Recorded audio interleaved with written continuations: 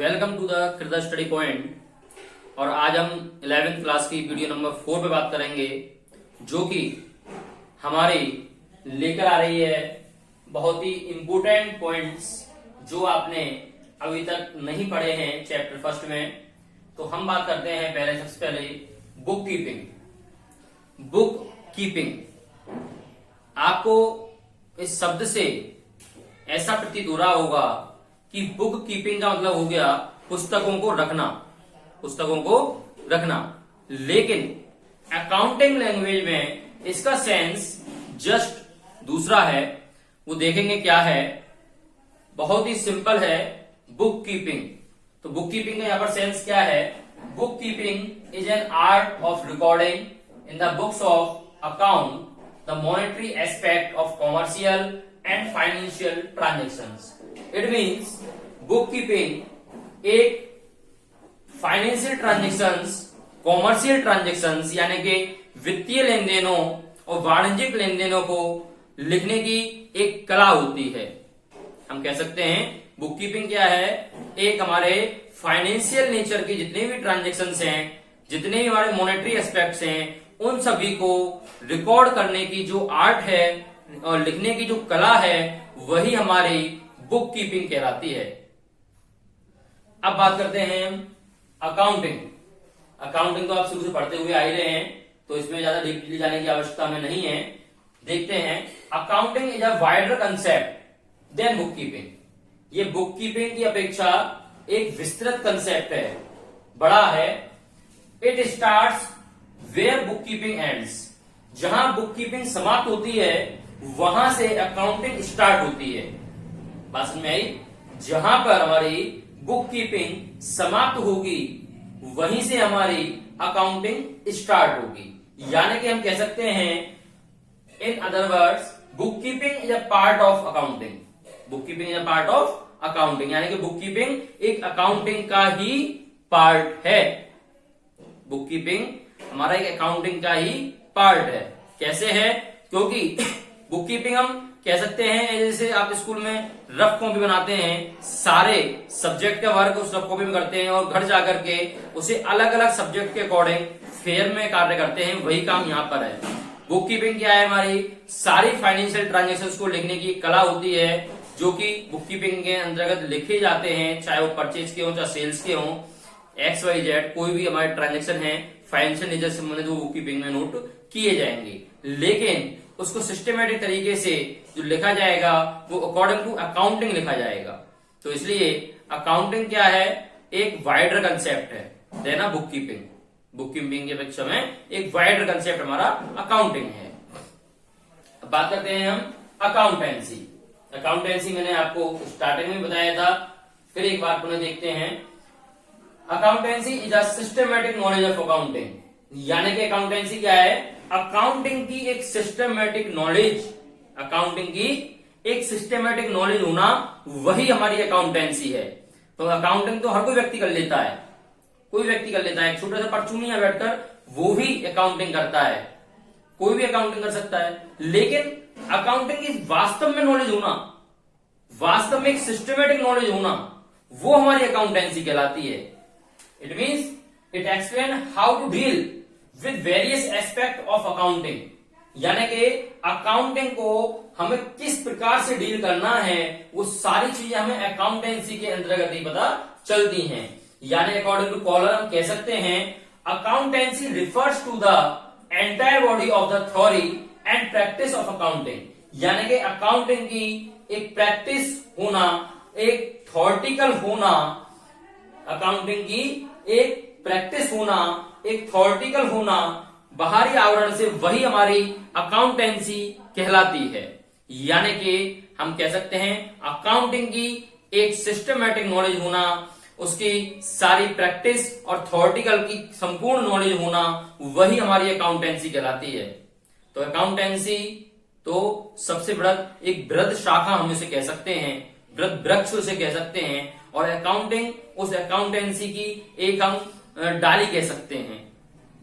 बात समझ में आई? यानी कि हम कह सकते हैं कि अकाउंटेंसी एक वृक्ष है, तो अकाउंटिंग उसकी शाखा है, और उस शाखा पर जो पत्ते लगे हुए हैं वो पत्ते हमारे बुक कीपिंग है। Got it? यानी कि आपकी समझ में आ गया होगा, अकाउंटेंसी एक वृहद वृक्ष की बराबर है। ये हमारे बुक कीपिंग, अकाउंटिंग और अकाउंटेंसी तीनों आपको क्लियर हो गए होंगे, तीनों में डिफरेंस भी समझ में आ गया होगा। अब हम बात करते हैं नेक्स्ट टॉपिक पर, अकाउंटिंग इंफॉर्मेशन। अकाउंटिंग इंफॉर्मेशन आपको वर्ड से ही प्रतीत हो रहा होगा, यानी कि अकाउंटिंग की सूचनाएं। तो यहां पर क्या कहता है, accounting is a service activity. Accounting क्या है? एक सर्विस एक्टिविटी है, सेवा गतिविधि है। Its function is to provide qualitative information, primarily financial in nature, about economic entities that is intended to be useful in making economic decisions. It means इसका कार्य क्या है अकाउंटिंग इंफॉर्मेशन का? इसका कार्य है सबसे पहले हमारे वित्तीय नेचर से संबंधित, वित्तीय प्रवृत्ति से संबंधित और हमारी आर्थिक प्रवृत्ति से संबंधित सभी सूचनाओं को इस प्रकार से प्रोवाइड कराए कि आसानी से उस पर कोई भी आर्थिक निर्णय लिया जा सके, यानी कि इकोनॉमिक डिसीजन लिया जा सके। तो हम कह सकते हैं अकाउंटिंग इंफॉर्मेशन एक वो इंफॉर्मेशन है जो कि हमारी सभी वित्तीय और आर्थिक गतिविधियों से संबंधित हमें इस प्रकार की सूचनाएं प्रोवाइड कराती है जिससे आसानी से हम कोई भी इकोनॉमिक डिसीजन को लेने में सहायक सिद्ध हो सकें। यही हमारी अकाउंटिंग इंफॉर्मेशन होती है। इसके कुछ क्वालिटेटिव कैरेक्टरिस्टिक्स हैं, यानी कि इसके कुछ लेखांकन गुण हैं। वो गुण क्या हैं वो इस पर चर्चा हम करते हैं। तो सबसे पहले आता है रिलायबिलिटी। रिलायबिलिटी मीन्स विश्वसनीय, यानी कि अकाउंटिंग इंफॉर्मेशन की जो भी हमें इंफॉर्मेशंस प्रोवाइड हो रही हैं वो सभी इंफॉर्मेशन हमारी एरर फ्री होनी चाहिए, यानी गलतियों से मुक्त होनी चाहिए। और सबसे बड़ी चीज, उन पर हम विश्वास कर सकें, इस प्रकार की इंफॉर्मेशन हमें प्रोवाइड होती है इसके थ्रू, ताकि आसानी से हम डिसीजन मेकिंग कर सकें।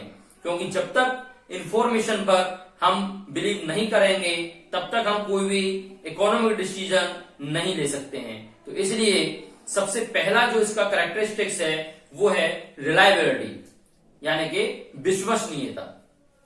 सेकंड है इसका relevance. Relevance means related to the subject. Relevance means related to the subject, यानी कि अकाउंटिंग इंफॉर्मेशन हम जिस उद्देश्य के लिए ले रहे हैं उसी उद्देश्य से संबंधित हमारी अकाउंटिंग इंफॉर्मेशन होनी चाहिए। ऐसा नहीं है कि हमारा उद्देश्य दूसरा है लेकिन इंफॉर्मेशन दूसरी प्राप्त हो रही है। अभी मैं जैसे बोलता हूं कि क्लास में आपके कितने स्टूडेंट ऐसे हैं जो कि अकाउंटेंसी सब्जेक्ट में वीक हैं, ताकि उनकी एक्स्ट्रा क्लास लेकर के उन पर और मेहनत की जा सके। और आप बता रहे हैं मैथमेटिक्स के स्टूडेंट कि भाई अकाउंटेंसी क्लास में आपके मैथमेटिक्स में इतने वीक स्टूडेंट हैं, जबकि वो रेलिवेंस नहीं है, वो रिलेटेड टू द इंफॉर्मेशन नहीं है, क्योंकि मेरा जो उद्देश्य है वो दूसरा है, अकाउंटेंसी में वीक स्टूडेंट का है, और आप मुझे मैथमेटिक्स के स्टूडेंट दे रहे हैं। It means not a relevant to information. इसलिए ये रेलिवेंस मीन्स जिस उद्देश्य के लिए आपने इंफॉर्मेशन मांगी है उस उद्देश्य के लिए वो इंफॉर्मेशन होनी चाहिए। तो इसलिए ये कहता है कि इसका जो दूसरा गुण है, जो इसकी क्वालिटेटिव कैरेक्टरिस्टिक्स है, वो ये है कि हमें संबंधित इंफॉर्मेशन को ही ये हमें प्रोवाइड कराता है, यानी कि accounting information must to relevant to the users, यानी कि उससे संबंधित इंफॉर्मेशन को हम यूजर्स को भी प्रोवाइड करा सकें। अंडरस्टैंडेबिलिटी। अंडरस्टैंडेबिलिटी मीन्स समझने योग्य, यानी कि ऐसी इंफॉर्मेशन जो आसानी से समझी जा सके, यूजर्स को समझाई जा सके। इस प्रकार की इंफॉर्मेशन ना हो जिस पर कोई भी डिसीजन नहीं लिया जा सके। इसलिए जो अकाउंटिंग इंफॉर्मेशन हमें प्रोवाइड होती है वो इस प्रकार की होनी चाहिए कि उसे आसानी से इंटरनल और एक्सटर्नल यूजर्स को समझाया जा सके, समझा जा सके और जिस पर कोई भी आसानी से इकोनॉमिक डिसीजन भी लिया जा सके। यही हमारी अंडरस्टैंडेबिलिटी कहलाती है। अब बात आती है हमारी कंपेरेबिलिटी। कंपेरेबिलिटी मीन्स कंपेयर करना। अब कंपेयर करना किस प्रकार से कंपेयर करना, किसमें कंपेयर करना? तो अकाउंटिंग इन्फॉर्मेशन हमारी इस प्रकार की होनी चाहिए जो कि हमारी कंपेयर कर सके one accounting period to another accounting period in a firm, in a particular firm. यानी कि उसी फर्म में हम एक अकाउंटिंग पीरियड को प्रीवियस अकाउंटिंग पीरियड से कंपेयर करके पता लगा सकें कि प्रीवियस ईयर में हमें कितना प्रॉफिट एंड लॉस रहा था, किन कारणों से रहा था, और करंट ईयर में हमारा कितना प्रॉफिट एंड लॉस है, किन कारणों से है, और दोनों में कितना डिफरेंस है। यानी कि एक अकाउंटिंग पीरियड को अगर हम दूसरी अकाउंटिंग पीरियड से कंपेयर कराते हैं तो इस प्रकार का जो कंपैरिजन होगा वो हमारा इंट्रा फर्म कंपैरिजन कहलाएगा। क्या कहलाएगा? Intra firm comparison.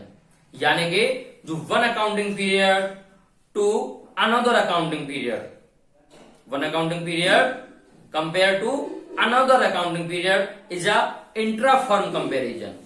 ये क्या आता है हमारा इंट्रा फर्म कंपैरिजन, क्योंकि एक ही फर्म के दो अलग अलग अकाउंटिंग पीरियड लेकर के उनका कंपेयर कराया जाता है तो वो हमारा इंट्रा फर्म कंपैरिजन कहलाता है। और अगर हम बात करते हैं इंटर फर्म कंपैरिजन तो वो क्या होती है? अगर दो अलग अलग एंटरप्राइज ली जाएं, यानी कि एक हमारी कंपनी है और एक किसी दूसरी कंपनी की उसी ईयर की, आप अगर अकाउंटिंग इन्फॉर्मेशन लेते हैं दोनों को हम कंपेयर कराते हैं तो वो हमारी कहलाएगी इंटर फर्म कंपैरिजन। वो क्या कहलाएगी? इंटर फर्म कंपैरिजन, क्योंकि यहां पर दो अलग अलग एंटरप्राइज को आप कंपेयर करा रहे हैं तो वो हमारी कहलाएगी इंटर फर्म कंपैरिजन। तो इस पर भी हमें ध्यान देना है कि अगर एक ही फर्म के अलग अलग दो अकाउंटिंग पीरियड्स को हम कंपेयर कराते हैं तो वो इंट्रा फर्म कंपैरिजन कहलाएगा। और अगर हम दो अलग अलग एंटरप्राइजेस को कंपेयर कराते हैं एक ही अकाउंटिंग पीरियड में तो वो हमारा इंटर फर्म कंपैरिजन कहलाएगा। तो बात आपकी समझ में आ गई होगी। ये कंपैरिजन में भी सहायक सिद्ध होता है, इसलिए इसका फोर्थ क्वालिटेटिव कैरेक्टरिस्टिक्स कंपैरेबिलिटी भी कहलाता है। तो ये आपका बहुत ही इजी में शॉर्ट टॉपिक हो गया है।